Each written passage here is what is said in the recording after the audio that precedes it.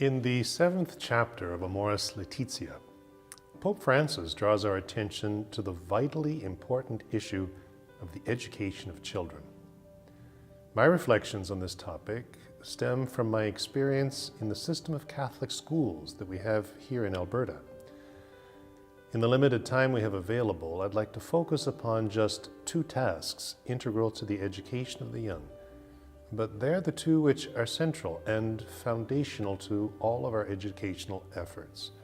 These are, first, to communicate to our young people the truth of who Jesus is.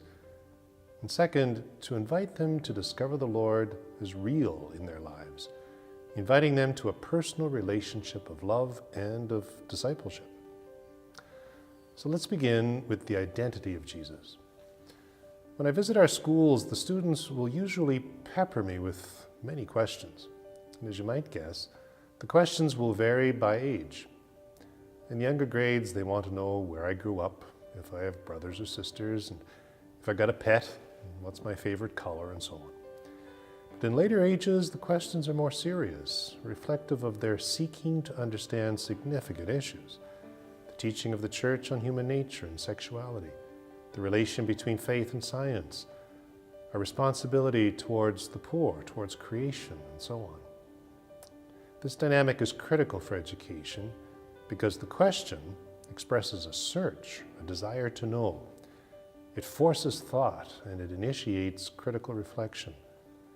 This is especially the case when the teacher poses the question with a view to helping the student think and to lead the child to the answer.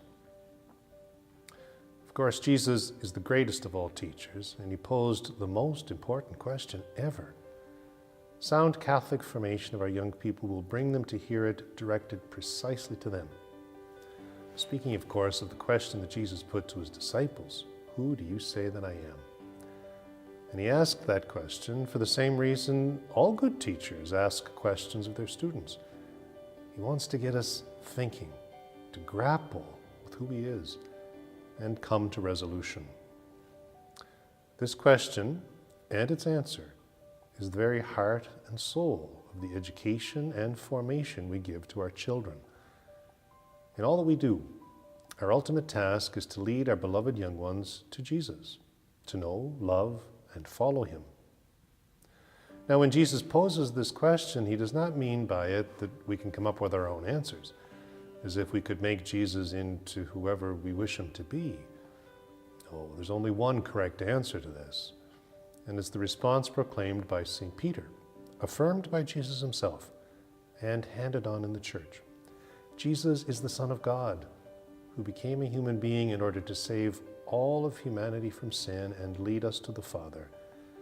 And he poses the question so that we will grapple with this, maybe struggle with it, and ultimately so assimilate it that it becomes part of us and shapes our every thought and action. Now, of course, it's not sufficient that we come to know Jesus only intellectually. He wants us to experience him as real, personally present, and active in our lives. This is the second foundational task to which I alluded at the beginning. There's no greater gift we can give our students than to lead them, under grace of course, to the inner conviction that Jesus is real, really present in their hearts and lives. Today, this is no small feat, because more and more, relationships don't get beyond the virtual. This is increasingly the case even in families. So, if in the home of all places, loved ones are not really present to one another, it can be difficult even to imagine a real relationship with our Lord. This is an urgent matter in our day. The lack of real relationships translates into real hardship. In my school visits, I see students coming to school early and staying late, students anxious about the weekend or summer holiday, students who arrive at school and run straight to the principal or teacher for a hug that's a real holding on, students dealing with an anxiety, at times a depression that just won't go away. What all of these phenomena hold in common is the lack of something reliable to hold on to, the absence of foundation. What should be real and lasting is for many illusory and ephemeral. What's also clear is the common need to meet, know, and love Jesus, and to discover in him a real person, a real foundation, and thus real hope. Of course, this is a need we all share, but it is particularly urgent for our young people. As the Holy Father says in his letter, our starting point, especially that of parents, is to know where our children are on their journey of human growth. And from that starting point, we can offer our beloved children no greater gift.